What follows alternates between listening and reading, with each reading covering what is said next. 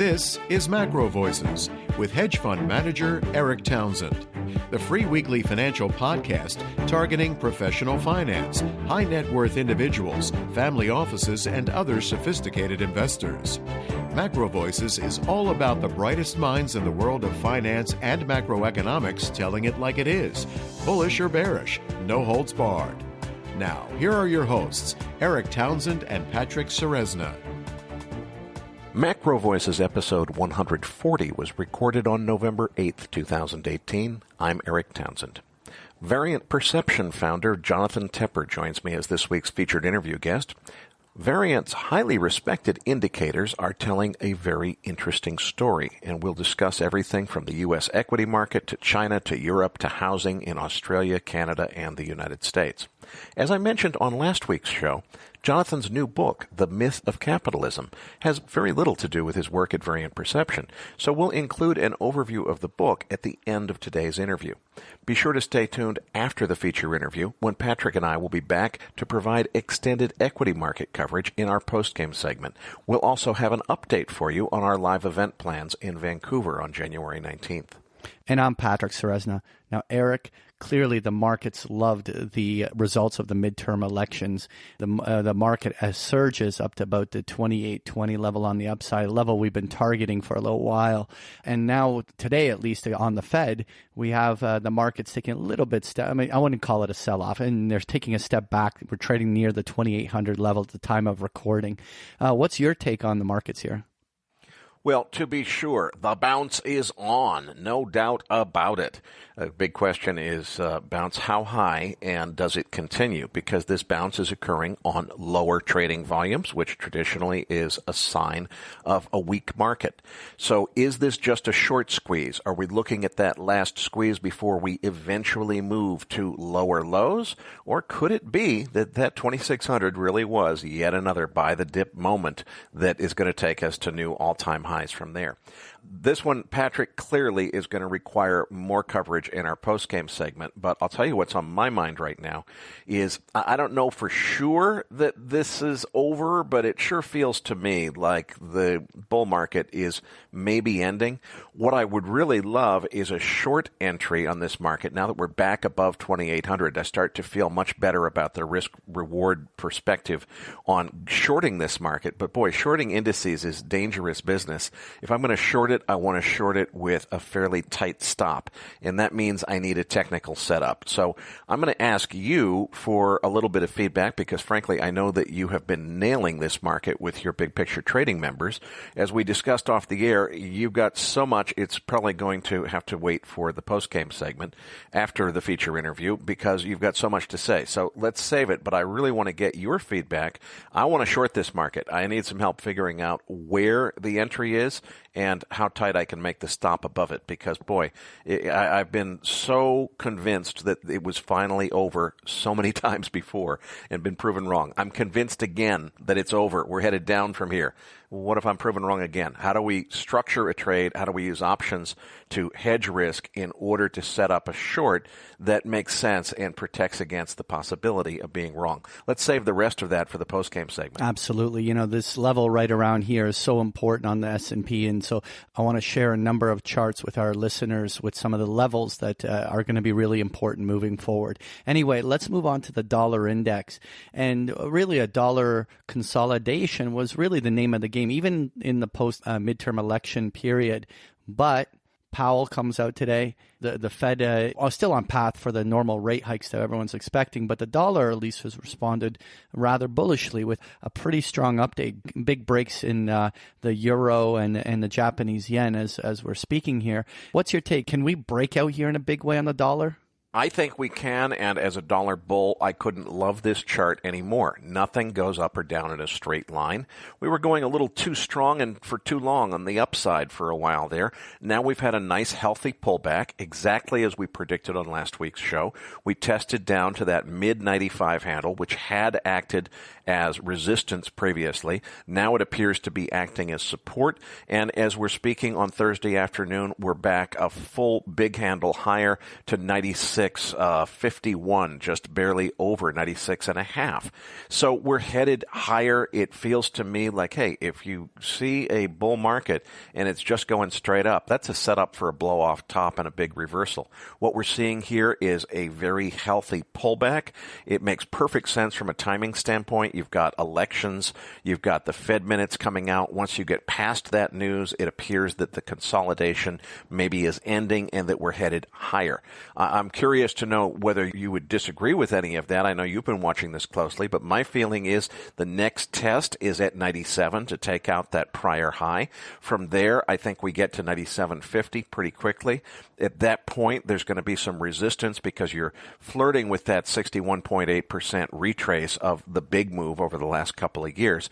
And of course, exactly where that 61.8% level is a little bit of a moving target because it's at different places, whether you look at the contract chart or the continuous futures chart or the spot chart and so forth. But once we get past that, I think it's maybe a move back up to those prior highs at 103 and change.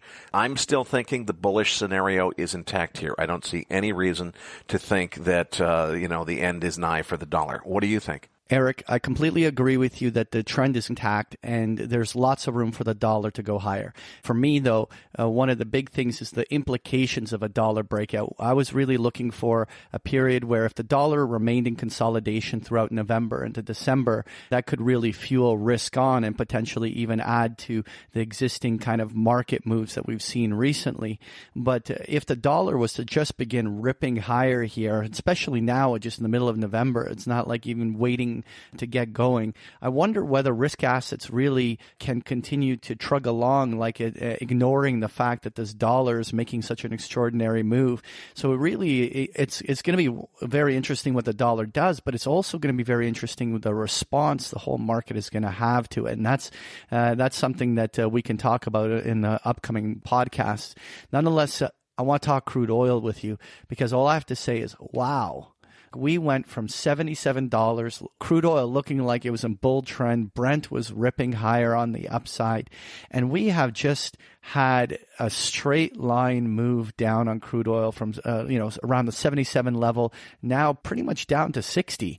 And it hasn't stopped. I was originally saying, okay, it's going to stop along its June and August lows, take a break there. No, it rips right through that 64, 65 level like it didn't even matter. We're now approaching February lows down around the $60 level, and it's gone there in a straight line. Now, if you go back and look at what happened in early part of 2017, we had a number of very steep drops in oil, and each time it hits a V bottom and then rips the other way and undoes a whole bunch of the selling. I need to know from you, what's your take here? Are we about to hit like some sort of a key support, and the very oversold state of oil has room for a deep retrace, maybe back to the high 60s, or is this really the start of something far more bearish? Well, I think it could be the start of something far more bearish. The thing that's throwing me a little bit is the straight line part of this. As you say, we have gone just straight line down from $77 to $60. And I want to point out that's on the front month. Now, in the past, what we'd been seeing is you couldn't get the long-dated contracts above $50, even as the front month was pushing much higher, very quickly rallying. The back of the curve didn't want to follow it. We're seeing the opposite now because as much as we've seen this huge sell-off on the front month, look at the December of 2020 contract. That's 2 years out from now. It's sold off, but nowhere close to as much as the front month has. And in fact, now we're seeing significant contango at the front of the curve. So that December 2020 contract that was a $5 or $6 discount to the market a few months ago, it's at a premium to the front month now. And it's really interesting to see the term structure turning itself around. At the same time, I think that what we saw this week as this acceleration further happened to the downside, well, first of all, inventory helped it. 5.8 million barrel build on inventory. Cushing, Oklahoma, probably more importantly, 2.4 million barrel build. That's a big build for Cushing, Oklahoma. Gasoline building, as opposed to quite a few drawdowns in recent weeks. Gasoline building almost 2 million barrels, 1.9 million barrels. Distillate still showing a drawdown of 3.5 million barrels, but compared to all of the other across-the-board builds, the inventory number was clearly bearish. But I don't think that's what did it, Patrick. It was production more so than inventory that really shocked the market. U.S. production moving to an all-time record, 11.6 million barrels per day. That's an increase of 400,000 barrels per day over last week's report, and that 400,000 barrel move in 1 week is a really, really big move up, and it's a move to a new all-time record. Now, there's a caveat, as I tweeted about this as soon as the data came out. That is a huge move up, but this is EIA data, which is always a little bit suspicious in my mind. And, if they just made a mistake and counted something from last week, if we see a retrace where that 11.6 number goes back down to 11.2 next week, I think you're going to see the price retrace as well. On the other hand, if this continues, if we see even higher beyond 11.6 next week, that really, really is going to accelerate the sell-off, because what we're seeing is a perfect storm of factors. Inventory is increasing. As much as people thought it wasn't, it's increasing, and it's increasing dramatically. Production is increasing at the same time. Even with nearly record exports at 2.4 million barrels per day this week, that works out to about 16.8 million barrels exported that would have gone into inventory if it was not exported. Even after that, we still had a build on inventory of almost 6 million barrels. We also had a strategic petroleum reserve sale. It was only 235,000 barrels, though, so no real big deal there. There's a perfect storm of factors coming together, Patrick. The lifting of Iranian sanctions that came out just as we were going to press last week, combined with this increase in inventories, combined with increasing production. And meanwhile, Saudi Arabia kind of losing face over this Khashoggi murder thing. Now there's another journalist that they've been accused of murdering.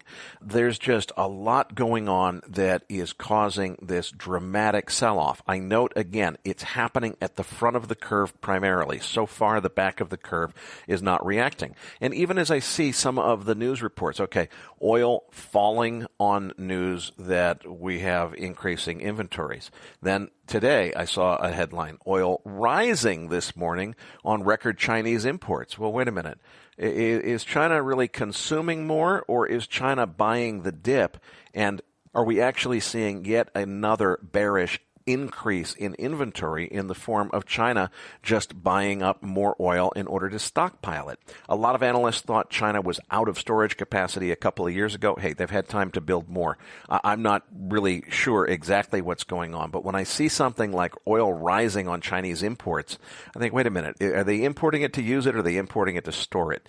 So I really think that there's a lot of factors here, Patrick, that could take us lower still in price, but I'm really watching the shape of the term structure more than anything else. All right, well, let's move on to gold, which has really just been pinned in a $20 range for pretty much a month right now. And we've been cautiously looking for that breakout, but it's not happening. But a breakdown, not happening either. And we're just pinned in this range. At some point, we're going to get a resolution. What's your bias? Yeah, it's been really interesting. For a while, for months actually, we saw gold doing exactly what I expected it to do, which is really just be the inverse of the dollar. There wasn't much to talk about in the gold chart there. Then October 11th, we had the big break where that correlation with the Chinese yuan was suddenly broken. Then we've been in this range. We never got to that level. Charlie McElligott, as you remember, told us a daily close above 1245. You really want to watch, because it's going to cause some of the algorithmic traders to change their allocations and start buying. We haven't seen that yet. On the other hand, look at the dollar recovery today. Big move up, a full big handle on the dollar index.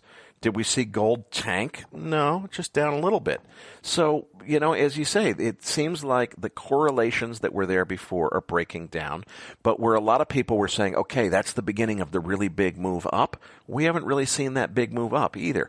So I think it warrants watching really carefully. I think that a daily close above 1245, if you can get it quickly and buy it before it goes a whole lot above 1245, there's a momentum entry argument there.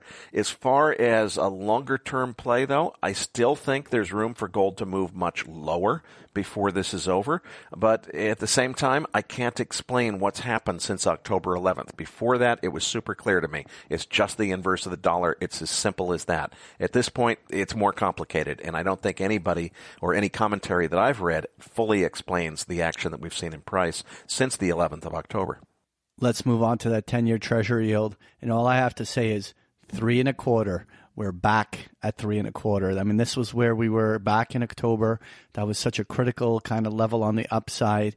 Are we going to higher yields here, or is this going to form some sort of topping formation and be the upper resistance of where yields will press? What's your bias here? I've been kicking myself all week, Patrick. Remember what I said in the show last week? I said all indications are that this is a perfect setup to short the 10-year Treasury here. But in the interest of full disclosure, I should mention I'm not trading it myself. There's been 5 times that in the last couple of years I've said those words, and the call was exactly right. I didn't trade it, and I missed the profit, and what a move this was. So I got it right, except I didn't trade it, so I guess that makes me wrong in the end. It's so textbook. We had a breakout beyond that critical level around 3.12, 3.14, wherever you want to call it. We came down and we retested that as support. It held as support. Now we're moving toward a higher high, and I think that's the next confirmation. But all indications to me are the bond bear market is on. As you said earlier with respect to the dollar index, what I really think about is the knock-on effects. Let's say that the trend is in motion. The sell-off in bonds is upon us, and we're seeing the beginning of a secular bear market in bonds. Okay, how high can bond yields go before they break other things? What are the first things to break, and what's the mechanism of failure? How do they break, and what does it entail? Does it result in a breakdown in the stock market, as appears to have been happening? Well, at this point, we saw this move higher in yields, not hurting stocks, at least not this week. So that correlation is changing. What's going to break, and when's it going to break, and what are the levels on the 10-year and the 30-year that are going to result in other knock-on effects in other markets? That's what I'm starting to think about. But it seems to me like the move is on. All right. Now, January 19th is our live event in Vancouver. Tickets are selling fast. Why don't you give everyone a quick update of what's going on? Patrick, out of respect for our listeners who are not going, I don't want to spend a lot of time on this, so let's keep it really short. The big news is that we have added Brent Johnson in addition to Jeff Snyder, Julian Brigden, Louis Vincent Gav, Juliet DeClercq, and Art Berman. So we've got 6 fantastic speakers lined up. Meanwhile, you've only got a week left until November 15th for our early bird special price. Price goes up after that. So be sure to register in the next week to get the best possible price. We do have an update for those who are going or are interested in going, quite a few details to fill you in on. Let's save that for the end of the program. Out of respect for our listeners who are not interested, we're going to save all of that for the very end of today's program. Thanks for the market update, Eric. This week's featured interview guest is Variant Perception founder Jonathan Tepper. Eric's interview with Jonathan is coming up as Macro Voices continues right here at macrovoices.com.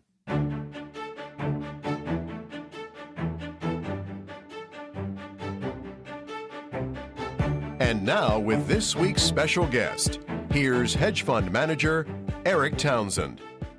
Joining me next on the program is Variant Perception founder Jonathan Tepper. Jonathan, last time that we've had you as well as some of your colleagues from Variant Perception on the program, I've asked the question, is it time to short the stock market? And the answer was a resounding no, but very quickly after that qualified as not yet. And it seemed like the clear expectation was that's coming. So I guess my first question to you is, are we there yet? Is it time to be short? Is it time to get out? And where is this headed? A lot of people are saying, okay, that's it. The top is in. Do you agree? And what do you see coming next for the market? Yes. So my colleague Ken Yang was on the show, and when he was on, effectively the market continued rallying basically up until September, and the market was going higher, and his message was correct.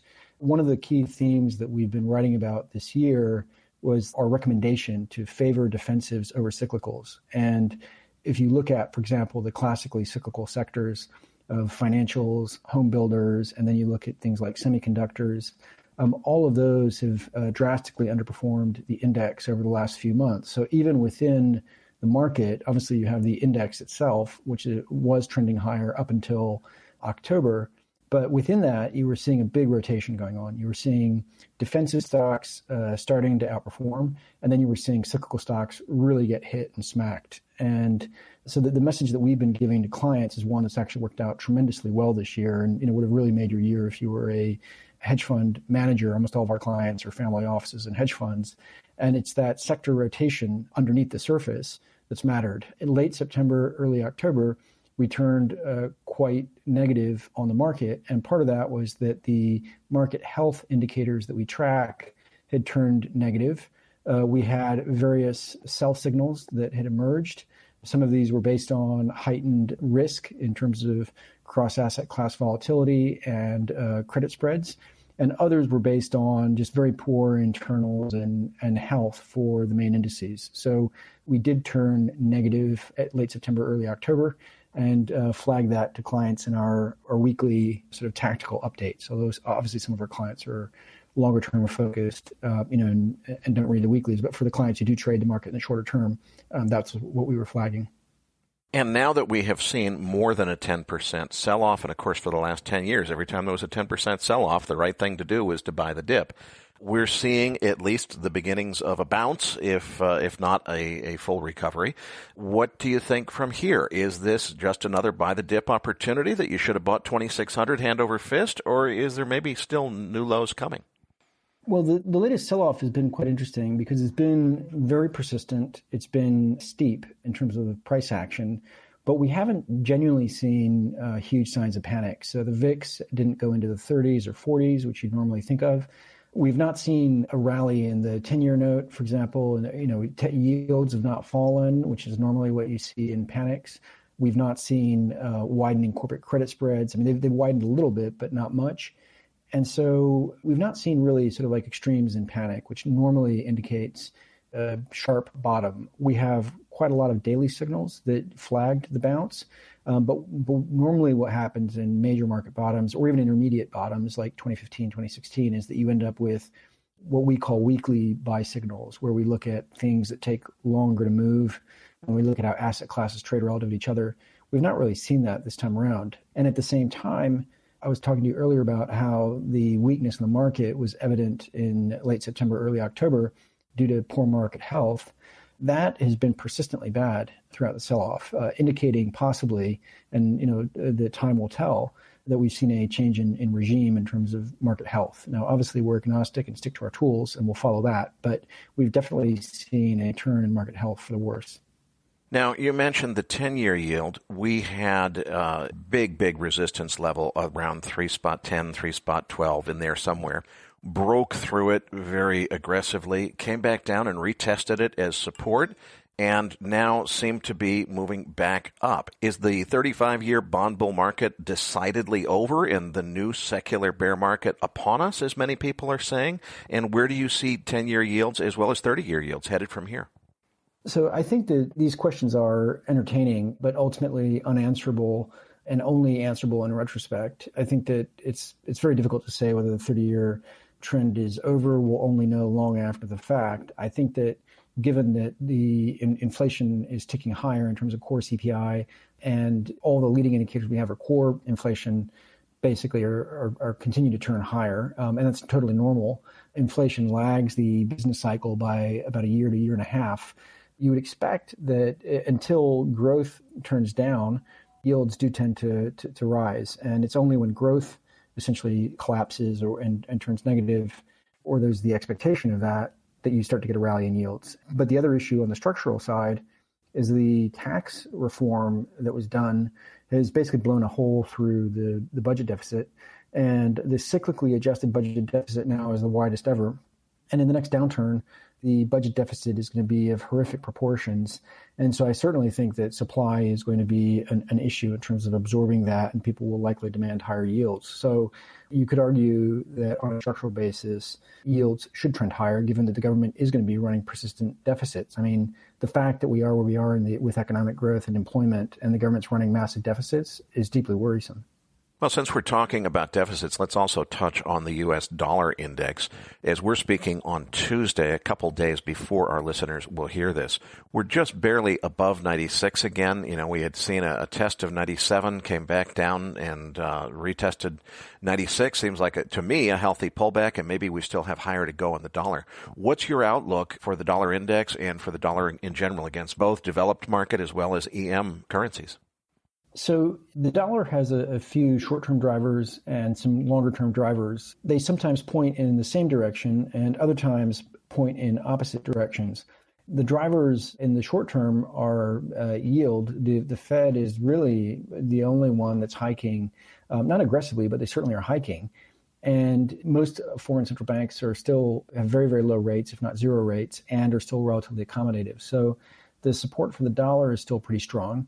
The longer-term drivers of the dollar are more negative and point to a weaker dollar, and that has to do with large current account deficits and large government deficits. And so if you look at the twin deficit, and over time, that's tended to do a pretty good job of leading the dollar index by about 12 months. And so right now we're at a point in time where the short and long term are not pointing in the same direction. So I would expect the dollar to be supported in the short run, but certainly there are headwinds, whenever you end up with a very large issuance of government debt and large current account deficits, the dollar tends to weaken.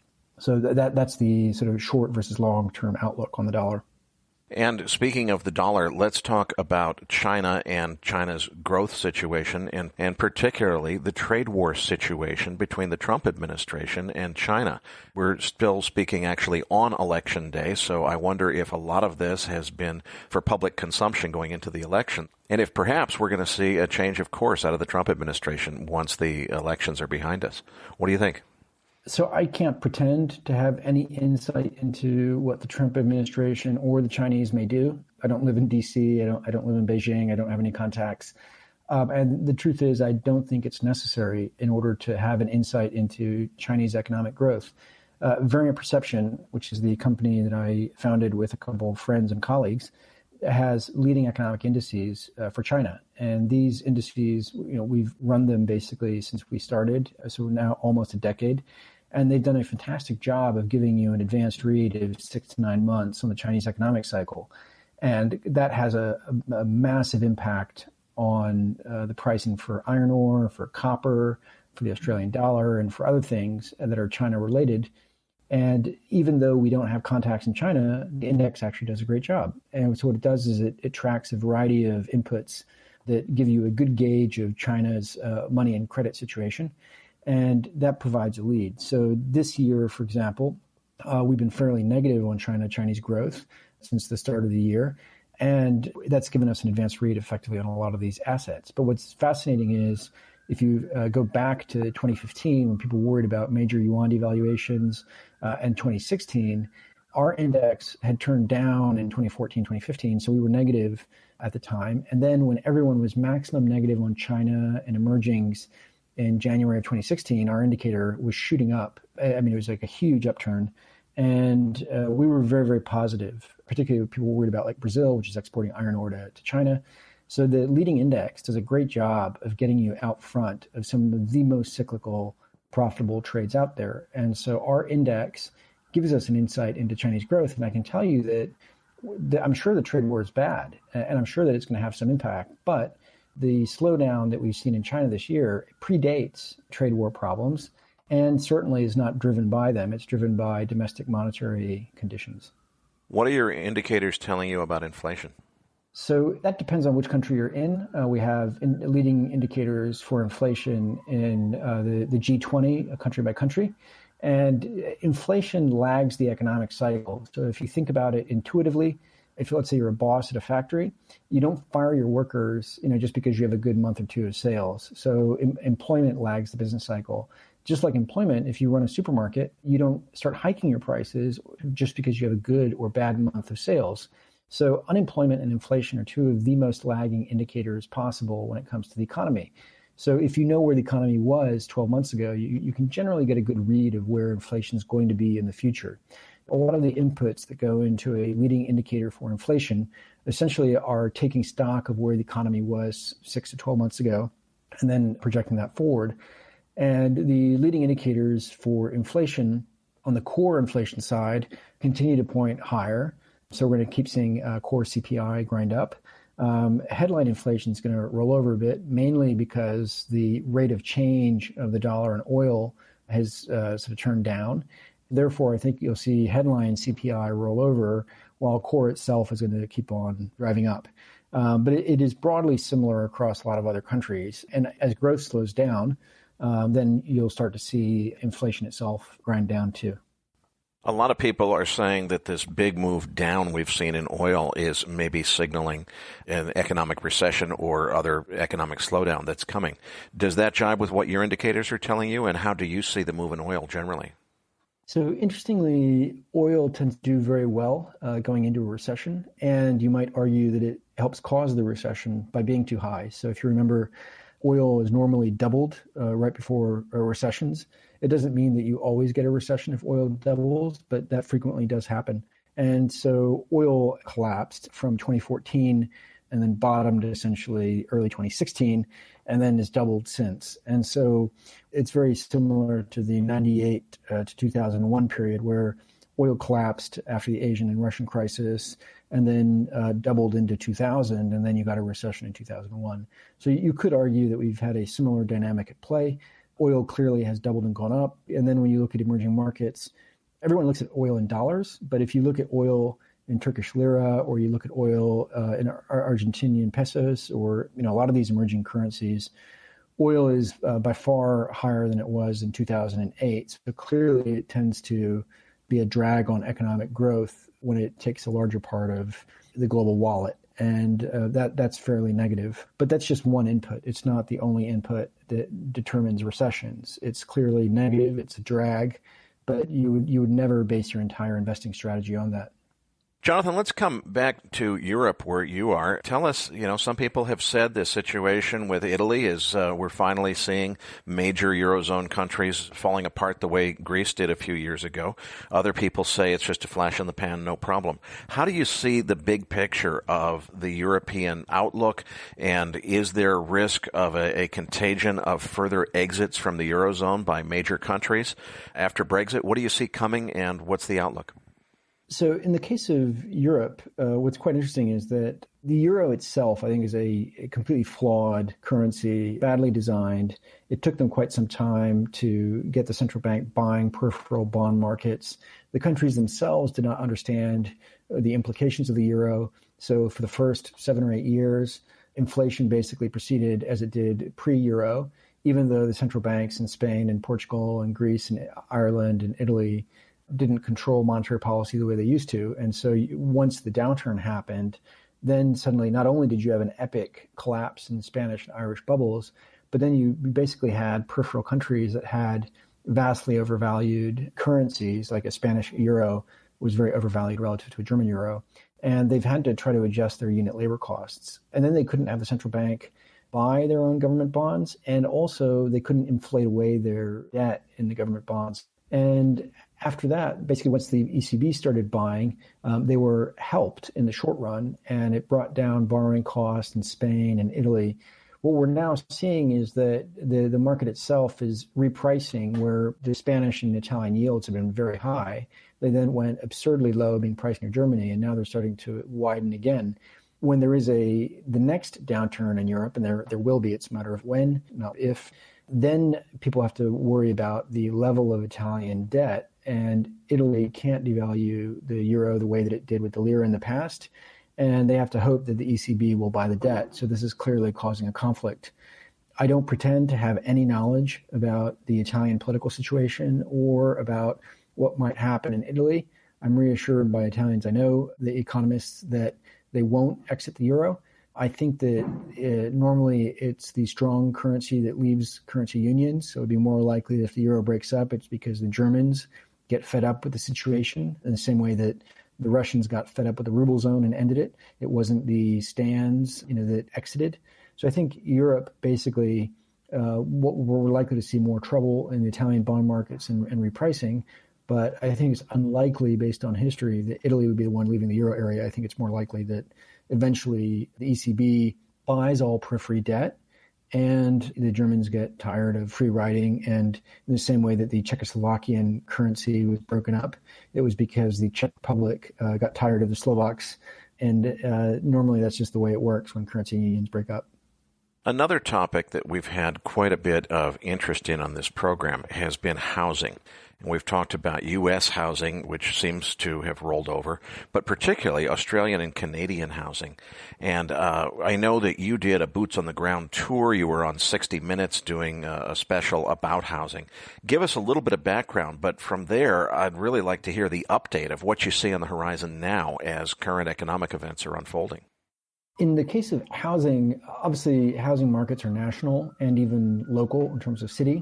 But speaking specifically of Australia, where I was on the ground with my very good friend, John Hempton, who's a brilliant hedge fund manager, and we were going around just checking out the housing market, speaking to bank managers, to mortgage brokers, to potential buyers, going to the auctions.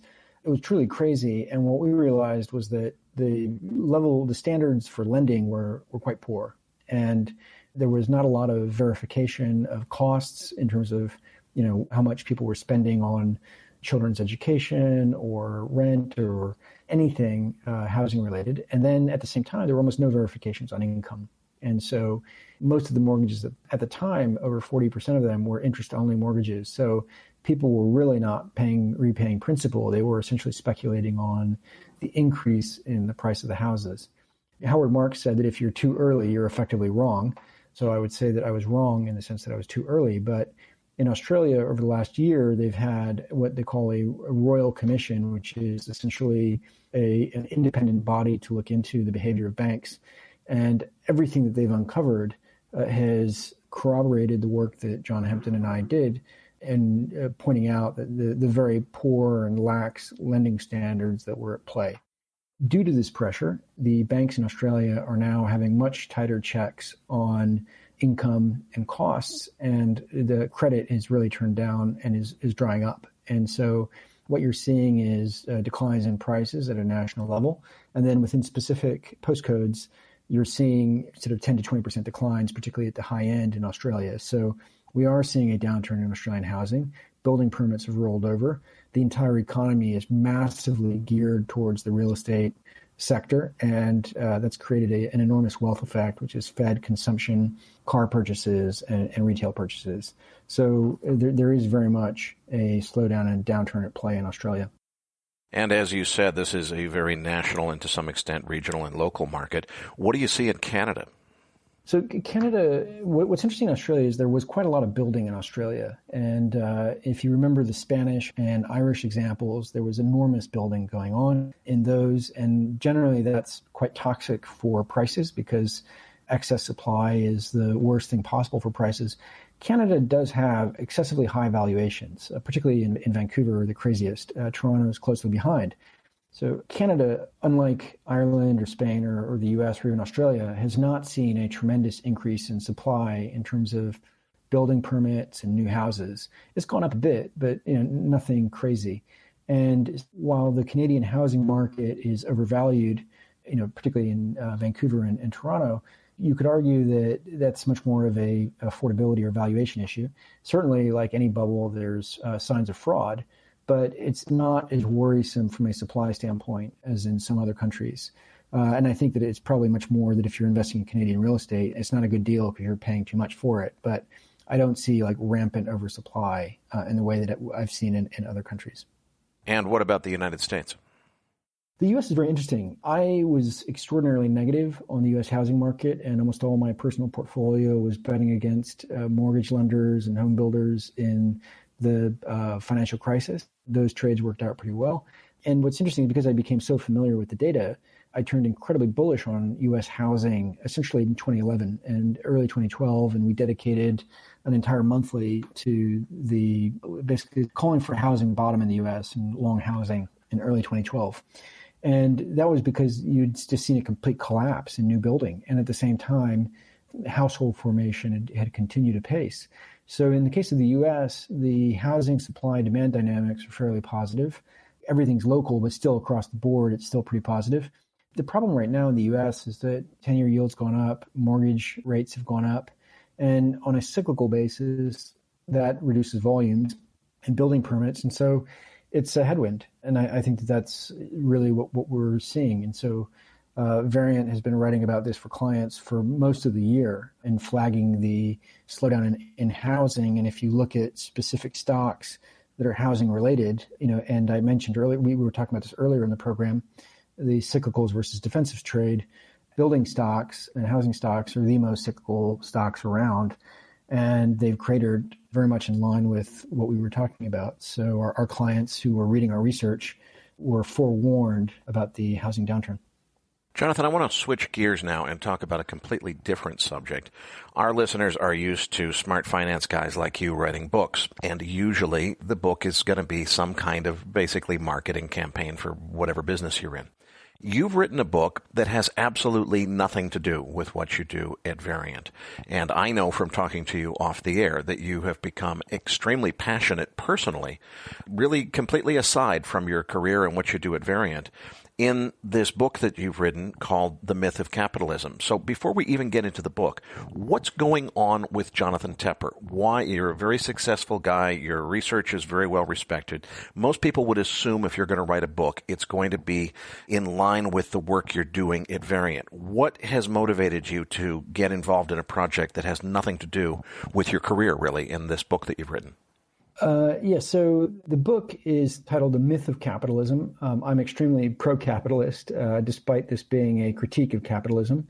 I love competition. I think that's the problem with capitalism, as G.K. Chesterton said, is not that there are too many capitalists, but there are too few.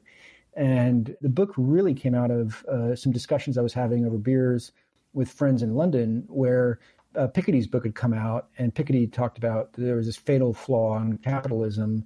And when growth is low, you end up with high returns on capital to holders of capital, i.e. shareholders, and low returns to workers, to labor. And I thought that just doesn't make any sense. I thought if there are very high returns on capital, like if you've got a business that's doing really well, I would see that and say, you know what, I want to be in that business. I'm going to go in and compete with you. And Jeremy Grantham said that corporate profit margins are the most mean reverting series in finance. And if they don't revert, then something's wrong with capitalism. And I think that we haven't really seen a reversion in corporate profit margins over the last couple of years. And something is very wrong with capitalism. So I started to investigate why. A lot of this does tie into my day-to-day job at Variant Perception, and it is directly related to investing. Because if you start thinking about it, one, this impacts corporate profit margins. If they are now on a permanently high plateau and not mean reverting, does this mean that you pay up? Do you pay higher PE multiples for companies because profit margins aren't going down? What does this mean for workers? Because obviously high profit margins generally come at the expense of workers, right? The biggest expense that companies have is workers' wages.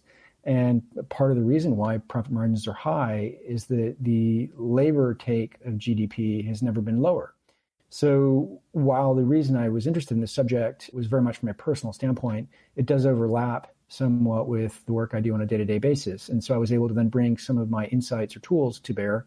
But I really did loads and loads of reading to try to figure out, what's changed? Why do we have less competition? Why are profit margins not mean reverting? And it was really when I started digging that I realized that the main reason for this is that in industry after industry in the U.S., we've seen a merger wave every decade since the early 80s.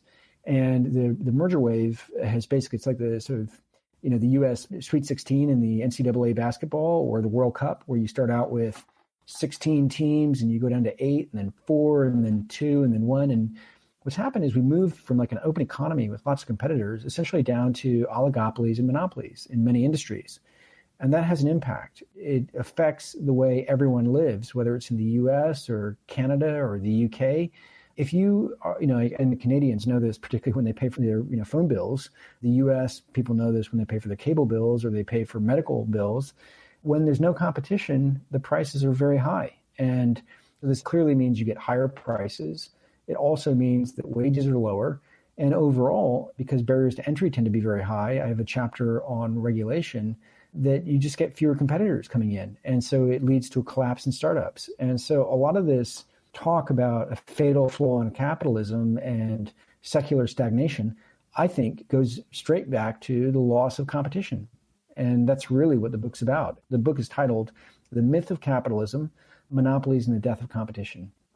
I read the book cover to cover and quite enjoyed it, and I recommend it. But let's go back to this particular focus that you have on competition, and that being where the breakdown is, because it seems to me that the monopolies that you speak of in the book feel like they're in a different category. When I think of monopolies of yesteryear, going back to 19th century monopolies, and I know this is one of the stories that you tell in the book, the railroad barons were buying up tracts of land to make it impossible to build an oil pipeline so that they could protect their monopoly on moving oil with railroads. So it was literally impossible to compete with them.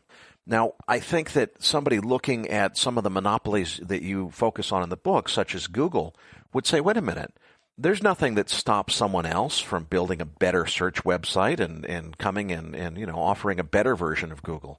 So where is there a monopoly in that? How would you address that objection? So there are two responses to that. One is that nowadays when people talk about monopolies, they're generally talking about Facebook and Google. The book goes into dozens of industries that are perhaps even more relevant to people's daily lives, where there's outright monopolies at the local level, or certainly duopolies and very tight oligopolies. And this ranges from everything from like medical care to phone bills to cable bills, and all of these things drive prices higher and reduce choice. And there's almost no competition for those. But getting back to Google and Facebook, what's interesting is that people somehow seem to assume that Google has reached this stage because it's just so good at what it does, and therefore, it just doesn't have any competition. But if you look at the online ad market and, talk to people who have been in it for decades, a very good friend of mine actually remained nameless, but he works at Google. He worked at DoubleClick beforehand, and Google was allowed to buy DoubleClick. So Google does search ads, DoubleClick did display ads. And what's extraordinary is that the FTC allowed for this merger to go through, even though Google was essentially taking out its main competitor in terms of online ads. And Facebook likewise bought Instagram and WhatsApp. They were able to merge WhatsApp with Facebook to the point where you can't get a Facebook account without a phone number. And so now Facebook in thousands of sites across the web functions essentially as your digital passport. You can't get an account on various apps or websites without a Facebook login. All your listeners probably know that you can't be on Tinder or Bumble. You can't date as a young person in the 21st century unless you have a Facebook account. You can't get an account on either one of those two. So there are loads of different apps where basically now you've got a duopoly with Google and Facebook that are dictating essentially the rules of the game. And then Tim Berners-Lee, he is the essentially creator of the World Wide Web. He established the sort of standards and protocols that Netscape and other browsers then used in the 90s. And he thinks that the internet itself is dying. So beyond whether Google or Facebook can charge higher prices to advertisers and consolidate the industry, it's leading to a loss of innovation and a loss of diversity. So before 2014, if you had a website and I had a website, I could link to you, you could link to me, and we might link to, a third party. The internet was this sort of open, anarchic free-for-all where everyone linked to each other, and that was the way it was supposed to be. It was supposed to withstand a nuclear bomb going off, and, it was very decentralized. Now, after 2014, basically over half of all traffic is going through Facebook and Google, and today it's closer to 70%. And what we've ended up with, rather than an open, decentralized system, is essentially a highly centralized system that goes through two companies. And I don't think that's good for anyone and for innovation. In the book, I discuss previous historical examples where monopolists may have often come up with interesting ideas, whether it was AT&T with Bell Labs or Xerox with Palo Alto Research Center Park. They never really capitalized on their ideas. It was other companies that did. And generally, it's these sort of smaller upstarts end up creating a lot of the innovation. And R&D as a percentage of revenue goes down as companies become more monopolistic and dominant. So the book is very much about the collapse in startups that we've seen in the U.S. and about how it's harming productivity and innovation. And I think it actually answers a lot of these big questions that Larry Summers and others and Gordon at Northwestern are talking about in terms of this secular stagnation, I think has roots in the loss of competition. When you talk about some of these acquisitions where Google literally takes out its biggest advertising competitor and there's no resistance from regulators, they allow that to go through. What do you think the core problem is? Is it the high-tech stuff is confusing to regulators and they don't get it and they don't understand why it's a conflict of interest and shouldn't be allowed? Or is it a case of corruption? What is going wrong? The things that you're describing sound to me like things that are already covered by antitrust laws. So it doesn't sound to me like we need new laws, or maybe you think we do, but it sounds like for some reason we're not enforcing the ones that are already there. What's the cause here? The problem is twofold. One is that we do have existing laws which could work. So in a way, we don't need new laws. But in the 1960s, Robert Bork in particular and others at the Chicago School were saying that preventing mergers prevented economies of scale, it prevented efficiency, and all these wonderful efficiencies could be passed on to consumers. And so what we needed were more mergers and more scale, and that way you'd end up with enhanced consumer welfare. And so this sounded wonderful, and it may have in fact been good, at the sort of early stages of, the 1980s. But when you fast forward 4 decades, basically what we're looking at is now very little competition in many industries, and there's overwhelming evidence just across the board. And I go into dozens of studies in my book that concentration leads to higher prices. So what happens is companies may encounter some increased efficiencies, but generally when they make more money and they have a higher return on assets, what's happening is that they are able to have power over the consumer, which Buffett calls pricing power, and then they have power over suppliers, i.e. they can underpay suppliers. So the wave of mergers is driven by essentially an interpretation of antitrust laws that's called the Consumer Welfare Standard. And unfortunately, because the Reagan merger guidelines of 82 and then subsequent court decisions have all interpreted the entire antitrust laws in this light, I think it will require a new law to state exactly what the aims and goals of antitrust are. And that, I think, is what's necessary. I think we're going to get it. I think that this subject is really the hot topic of our times. I didn't set out to write a hot topic. I think that you can't do that if you're a writer or a movie maker or any content creator, in the sense that, movies and books are labors of love and they take a long time to write and to think about. And so if you're chasing whatever the hot topic today is, like by the time your book comes out, it's going to be 2 or 3 years from now, and the hot topic might change. And so I never set out to chase the hot topic. It just turns out that this is what people are talking about. And I think that it's going to be the big story for the 2020 elections in the U.S. because monopolies and industrial concentration are only going to get bigger. One of the things I really like about the structure of your book is it's not just whining about what's wrong. You have a whole section that is dedicated to your prescriptions for how to fix it. You've already alluded to parts of that just now, but give us some perspective on the rest of what your prescriptions are for how to fix this situation. I don't think it's in any way a criticism of capitalism. It's basically capitalism is broken and we need to fix it so we get working capitalism. Give us the rest of the prescription of how to fix what's wrong. So I think that there are a couple solutions, and we have them in the last chapter of the book.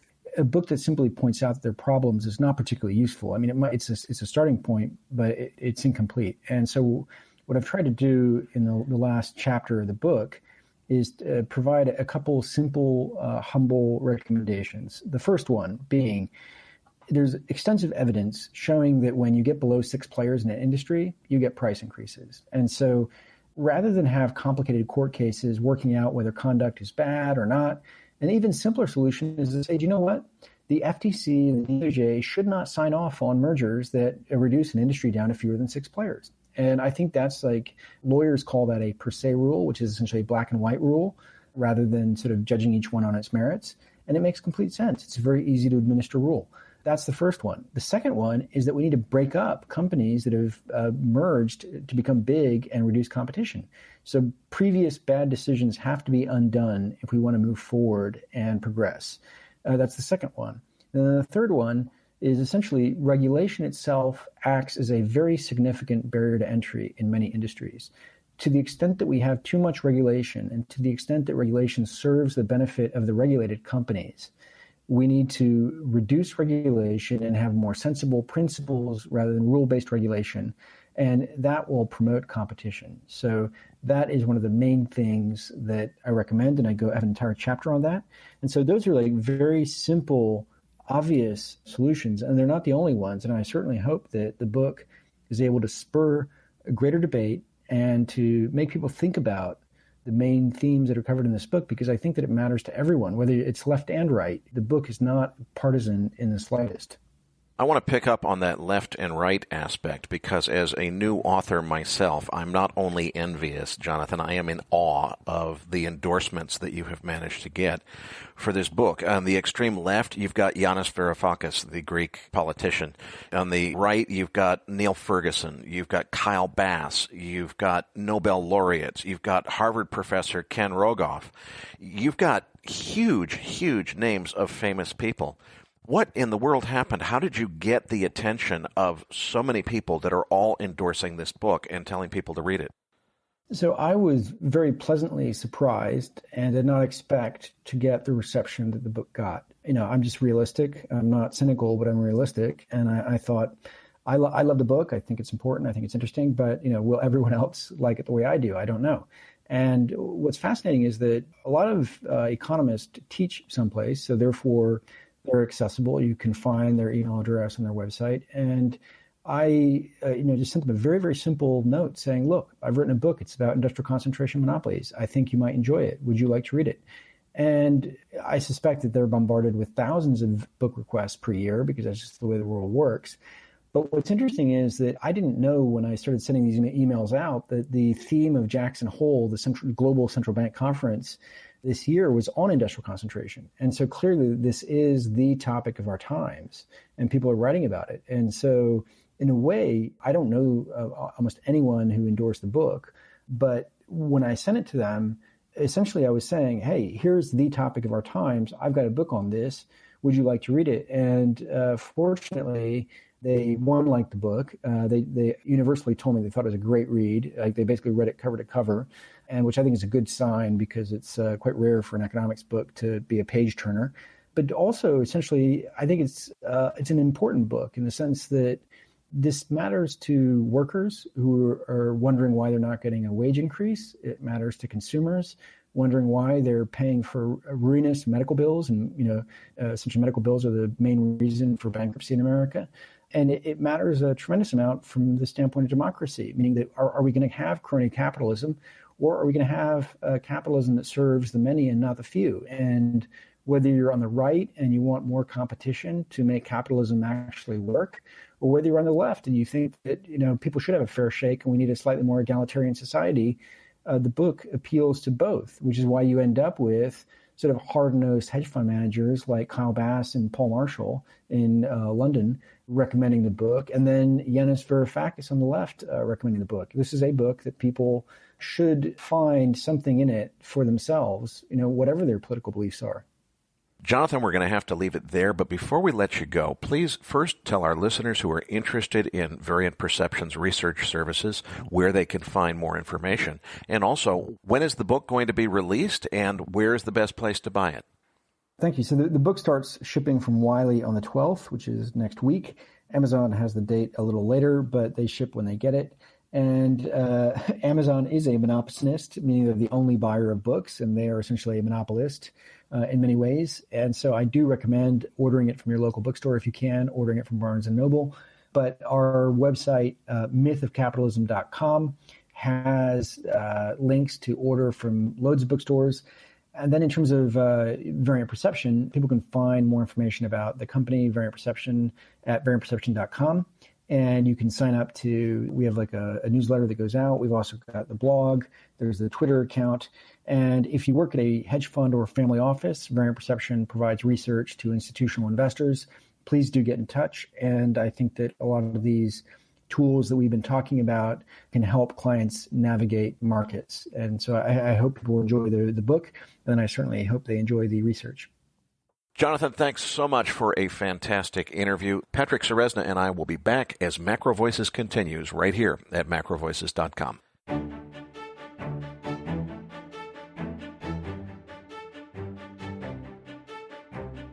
Macro Voices is a listener-driven program.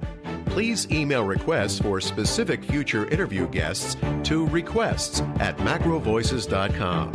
You can email questions for the program to mailbag@macrovoices.com, and we'll answer them on the air from time to time in our mailbag segment.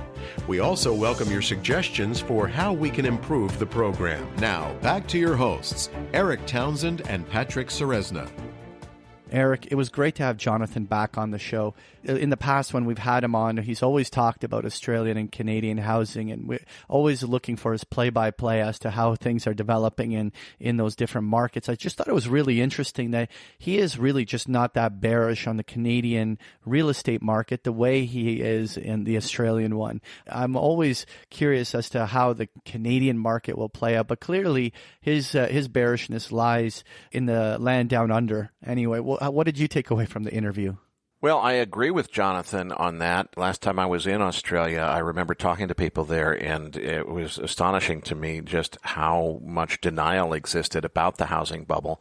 And, the thing is, unlike Canada, really so much, I think the figure, at least it used to be 47% of Australian GDP was exports of iron ore and other commodities to China. So if you think there's risk in China, there is risk in Australia. And if you have a housing bubble that's looking for a catalyst, and you also have Chinese, and you also have risk of the Chinese economy being affected, whether it be just by its own forces or by this trade war with the Trump administration, it really creates a lot of risk on Australia. So I agree with him on that front. We forgot to mention at the end of the interview, but we have a link in your Research Roundup email to a free sample chapter of his book, Myth of Capitalism. And I have to tell you, when I first, Jonathan's writing a book, okay, I assumed it was going to be a book about the work they do at Variant Perception. So when he sent it to me to read it, I only intended to skim it. And as I started to get into it, I'm like, hey, this is really good. I like this. Ended up reading it cover to cover, which was not my plan. So I thought it was really an interesting book. It's not about selling his services. It really is Jonathan's passion for what is wrong with the world and how we need to re-embrace capitalism and get it right, because the system that we're using is not capitalism. It's cronyism. In any case, the free chapter is linked in your Research Roundup email. Patrick, at the end of the show, we're going to have an update on our Vancouver event for anyone listening who's coming or already signed up or thinking about signing up. Please listen, because you need to hear the update at the end of the show. But Patrick, I want to get to your chart book next, because clearly we have more to talk about in equity markets than we had time for in our market wrap. And particularly, I know you guys have been just nailing it at Big Picture Trading for your members. You've been cleaning up in this market. So I'd like to go back a couple of weeks and just step through the way that you followed this market, what you've seen at each step of the way, how that's worked out, and what you see coming next. So starting on page 2 of the chart book, let's go back to October 20th, when you wrote your weekend review, which is something you send out to all of your members at Big Picture Trading each week. So what was your prediction on October 20th, and how did that prediction end up playing out in the market? All right. Well, what I did here was just, we're going back actually to October 18th on the chart itself. That was the chart that we shared with our listeners in this very post-game chart book back then. And we identified a couple key levels that I was watching also for my members as well.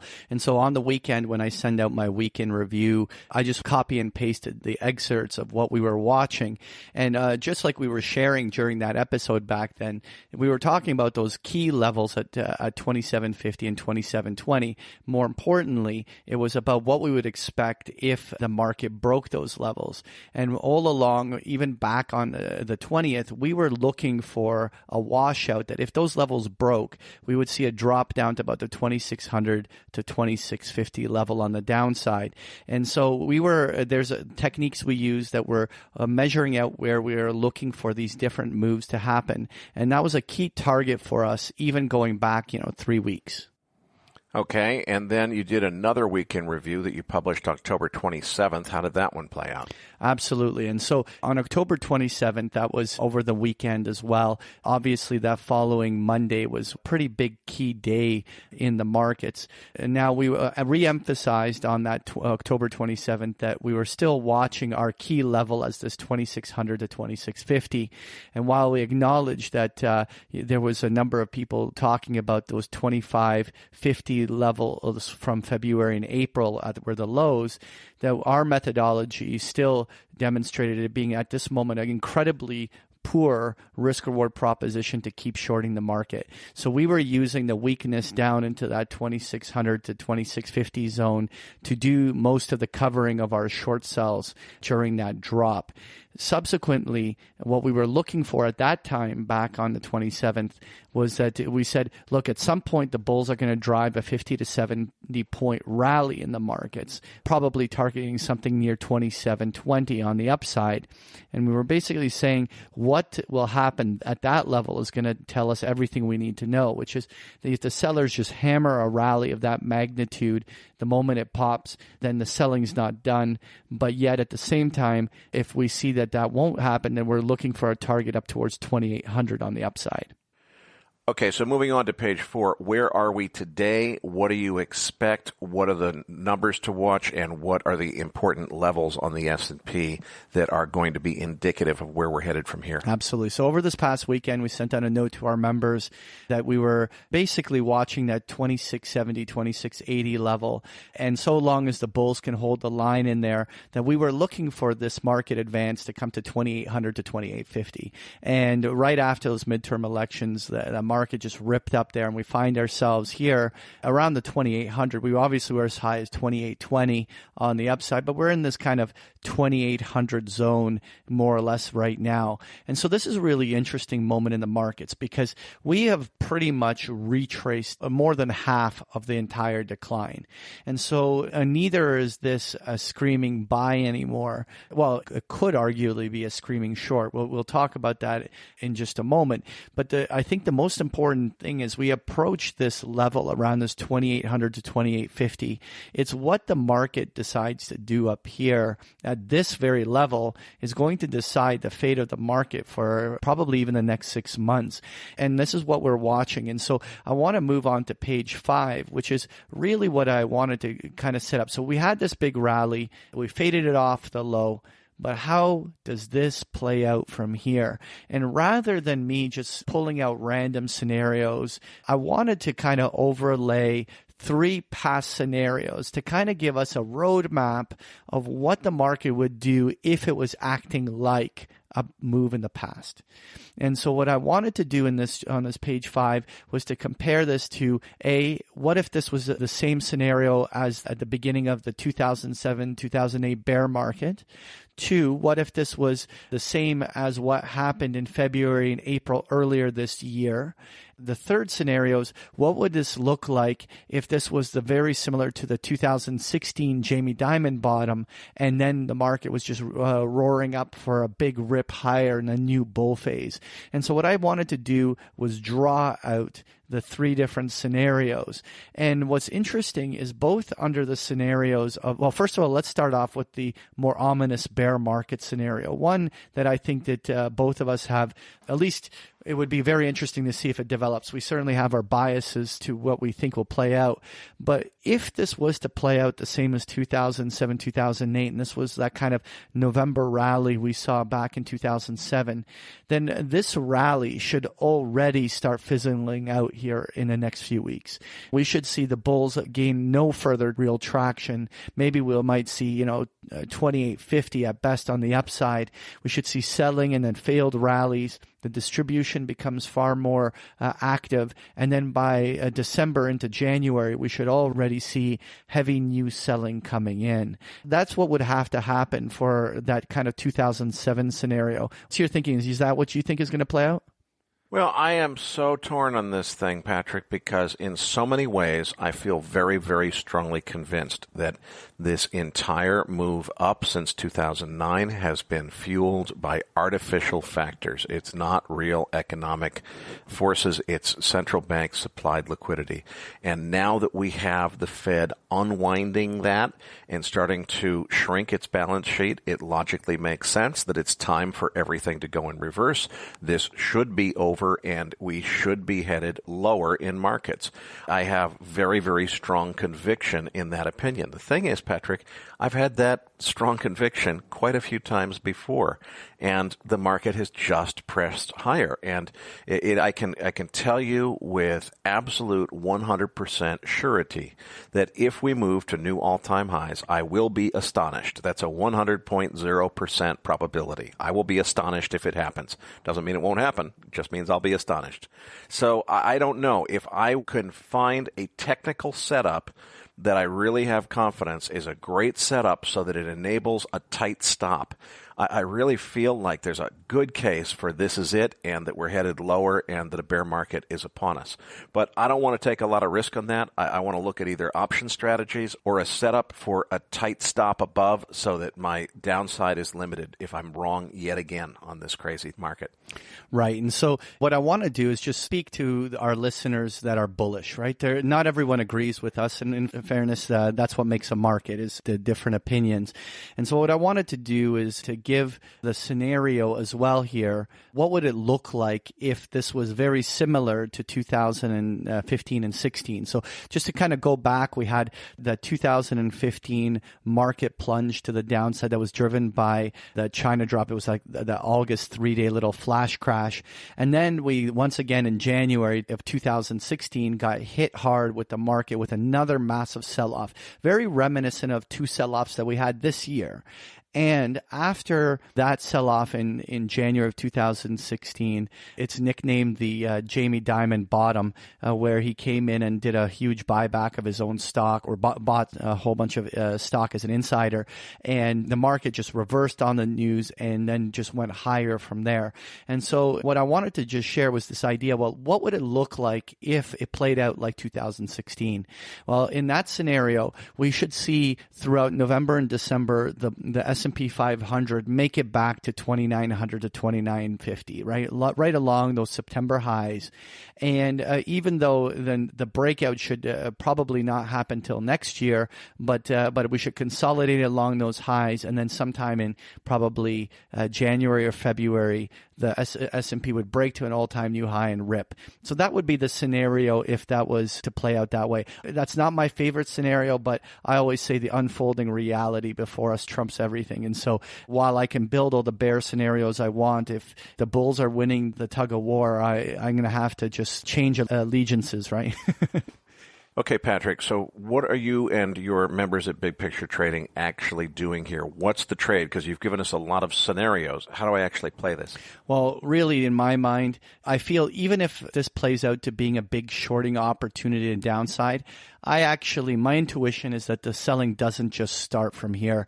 I think that anyone who's aggressively short selling here will have to be very patient with their shorts, because it might take another month for this to properly start to roll over, for the selling to come in. At least that's my first instinct. With that said, what will be really the test is how the dips are being bought and how much momentum the bulls have on each thrust higher. So right now, I'm not doing any new buying in the market. As far as I'm concerned, if you didn't buy with us a week ago, that you're right now just chasing, and the risk reward just isn't good at this level. With that said, if we have like a 50 or 70 point S&P throwback and it's bought on dip properly, that's probably the next re-entry on the long side of this market. But I think for my bear operations to the downside, I probably am going to reserve it to either late November or early December to kind of see how the market is developing. The big thing for me, though, of course, as an options trader, I want to see that VIX come right down. I want to see volatility normalizing a little bit, even if it was just in the mid to low teens. That way, we don't have huge Vega risk on putting on with too expensive of options. That way, it really is easier to build a good risk-reward proposition to set up a trade. And so with the VIX still, north of 15 here, it'd be great if the market just calmed down for 2-3 more weeks. The volatility kept contracting for a really good setup in the late November. Patrick, let's move on to gold. As we discussed in the market wrap, it seems like we've had this reset where some correlations have changed and we're in a different market than we were before October 11th. But at the same time, it doesn't seem like there's really any conviction in the move in either direction. What do you see next here and how are you playing it? Well, we remain bullishly positioned, just the way me and you have been talking about it for the last month. But the one thing we've been looking for is that Charlie McElligott level of like that 1245, that level where the CTAs will start covering their shorts, and then we could have a liquidity surge that drives gold prices higher. But let's be realistic. We haven't seen that break, and gold's been for a month just consolidating sideways. So really, while I'm remain bullishly positioned, every day that gold doesn't break out increases the likelihood that this is a false start and that there's a potential downside risk. And so on this chart, what I'm just trying to show is that, a failure to break out on the zone, and particularly if we saw a selling pressure on gold break down below 1200 in that kind of 1190 area on the downside, the next measured move to the downside of gold is that area where most gold investors don't want to hear, but is that down in that 1050 to 1100 level on bullion. Now, I'm not forecasting it going there, but the question, of course, is how do you hedge yourself if that became the unfolding reality? What if that was the scenario that was developing? What can you do to do this? And this is where, when I was out in the San Francisco area for the Silver and Gold Summit the other week, I was doing a presentation there talking about all the different ways that gold investors can hedge, including collaring gold futures or building all sorts of calendared straddle trades on bullion. What's really nice about the gold markets and gold miners is that their skews are very nicely U-shaped. So while we have these really weird skews in the standard markets, which usually force puts being considerably more expensive than calls, that's not the same environment in the gold market, which actually makes it very unique for the types of strategies that you can do with options in gold. It's going to be really interesting. If gold here rips higher, we're positioned for it, but the question is, how do you hedge? How do you generate income off of your gold holdings if gold is going to be struggling for another half year? And, how big of an influence would the dollar have on this, right? We were talking about that dollar rally potentially ripping to the upside. If that really got underway, that's a pretty big headwind for gold to make any real progress, isn't it? It sure is. And, for that reason, primarily, I've been looking at this same target zone that you have in red here, around a little over 1,000. To me, I think there was a really very strong argument before October 11th that it looked to me like that's where we were headed if the dollar continued to rally. And the thing that's shaken my confidence in that downside view a little bit is just that this move since October 11th has been very strange. There's a lot of correlations that just aren't working the way they were before. Frankly, the gold bugs are going to hate me here, but I would love to see the market sell off to 1,000 because, boy, that's a buy. I want in on that one. Back the leverage truck up at that point. As you get down below about 980 or so, you're not only below break-even cost, but you're starting to move below cash cost of production on some mines. And it doesn't necessarily mean that there's a floor there because most of the gold that's traded was mined years and years ago. It's not like other commodities. And the sense of there being a hard floor at the cost of production. But you start getting down to cash cost of production where mines will be shut in, and that really puts a lot of support under the market. So if we do see the dollar rally and gold move back down to $1,000, it's going to be a real buying opportunity. I thought we were headed there, Patrick, and my bearish view has been shaken by this move since October 11th. So it's going to be very interesting to see how this plays out. But, Patrick, I want to move on to slide 7 on November 9th. That's tomorrow morning as we're speaking on Thursday afternoon. You are producing a gold and gold miners options boot camp. Now, that is something that you were producing with live participation in that event was restricted to people who attended the Silver and Gold Summit in San Francisco. But you are making that available after the fact to anyone who joins Big Picture Trading. And that one is not a freebie. That's now included in your $99 starter package at Big Picture Trading. For anybody who doesn't want to commit to that $99 price for the starter package, they can also get a free trial of Big Picture Trading, which does not include the gold and gold miners options bootcamp, but it does include an introduction for a week to the rest of the service. Information about all of that is at bigpicturetrading.com. But I want to move on to our Macro Voices live event in Vancouver in January. That's January 19th for the big event, but the day before, January 18th, you're doing a 4-hour options trading class, which will be working in live markets. So the idea is people bring their laptop computer to the classroom, and you're actually going to be looking at live markets and teaching. Tell us a little bit more about what that is going to entail, what's it about, who's it for, who's it not for, who should come, and so forth. The vast majority of things that are available to listeners is all things like PowerPoint presentations or a quick explanation on a board. But there's nothing like learning in the live real markets and looking for trading opportunities, then sizing up how you're going to put on your risk, how you're going to size your trade, how you're going to execute, go through the whole process of trading. And so what we're looking to do is spend 4 hours with whichever of our listeners join me, and we're going to trade everything from stocks, options, ETFs, futures. We're going to look at the whole markets, see what's going on the day before the show. It'll just be a great way to start your weekend when you're out there in Vancouver. So that is Friday morning in Vancouver, and you're going to have your trading program set up with your projector so that people are going to be able to actually see live trades in the actual marketplace.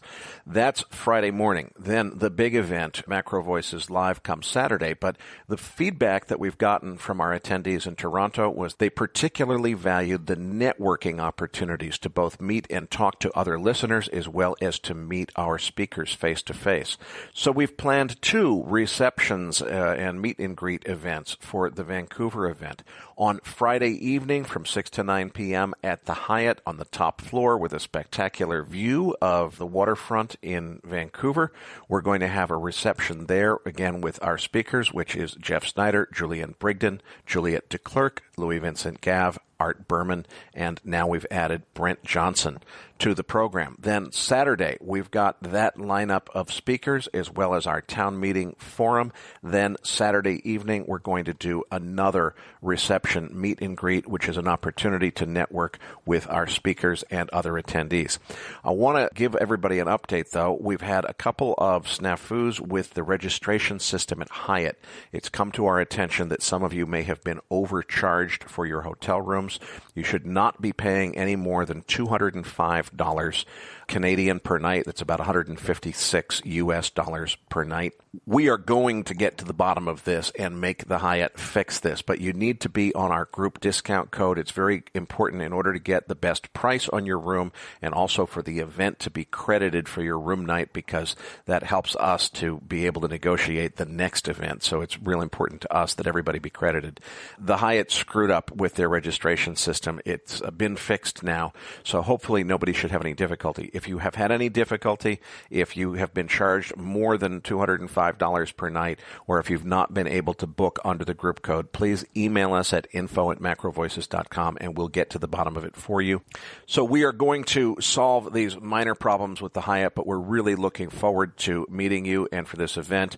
And of course, your admission also includes admission to the Vancouver Resource Investment Conference, VRIC, which is the following 2 days, Sunday and Monday. Patrick and I will be speaking at that event as well, and we hope to see you there. So it's going to be a really fun weekend, and we look forward to meeting everyone in Vancouver. Again, don't hesitate to email us, info@macrovoices.com, if you have any difficulty whatsoever with the Hyatt and the reservation system. Meanwhile, folks, we need your help as usual. Please tell your friends and colleagues about Macro Voices, forward your Research Roundup email, and most importantly, register your free account at macrovoices.com. Doesn't cost you a penny, and you'll get our free Research Roundup email each week. Patrick, tell them what's in this week's Research Roundup. Well, this week you're going to find the transcript for today's interview. There's also a link to the first chapter of Jonathan's new book, Myth of Capitalism. There's also a link to the chart book that we discussed in the postgame. There's a great article from Jeffrey Snyder as well on harmful modern myths and legends, and an interesting article on uranium asking the question, is this the beginning of a recovery or just short-term noise? So you'll find this and so much more in this week's Research Roundup. So that does it for this week's episode. We appreciate all the feedback and support we get from our listeners, and we're always looking for suggestions on how we can make the program even better. Now, for those of our listeners that write or blog about the markets and would like to share that content with our listeners, send us an email at researchroundup@macrovoices.com or tag it with the MVRR hashtag on Twitter, and we will include it in our weekly distributions. If you have not already, follow our main Twitter account at Macro Voices for all the most recent updates and releases. You can also follow Eric on Twitter at Eric S. Townsend and myself at Patrick Ceresna. On behalf of Eric Townsend and myself, thank you for listening, and we'll see you all next week.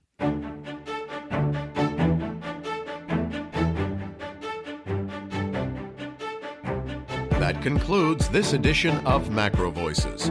Be sure to tune in each week to hear feature interviews with the brightest minds in finance and macroeconomics.